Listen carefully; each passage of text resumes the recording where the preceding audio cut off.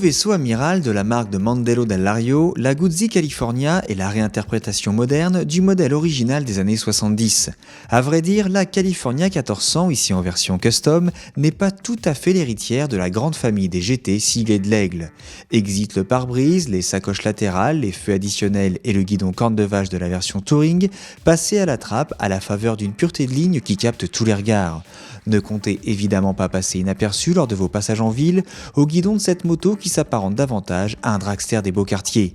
L'ensemble dégage une prestance saisissante, mais elle intimide moins que l'énorme California Touring qui pèse 30 kg de plus.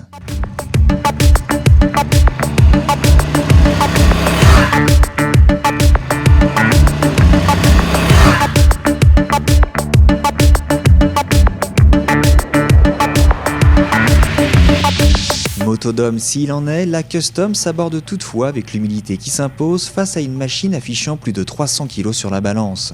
Rien de rédhibitoire cependant, avec son guidon plus court, la position de conduite n'a rien d'extrême, tandis que la faible hauteur de selle facilite grandement les manœuvres à basse vitesse. Presque évidente à prendre en main, la California incite donc rapidement à découvrir ce que son moteur sait faire d'autre que vous remuer l'abdomen à bas régime.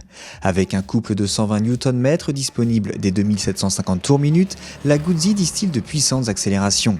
La longe du V2 est plus impressionnante encore, la coupure de régime assez brutale intervenant à 7000 tours minute juste après avoir délivré ses 96 chevaux.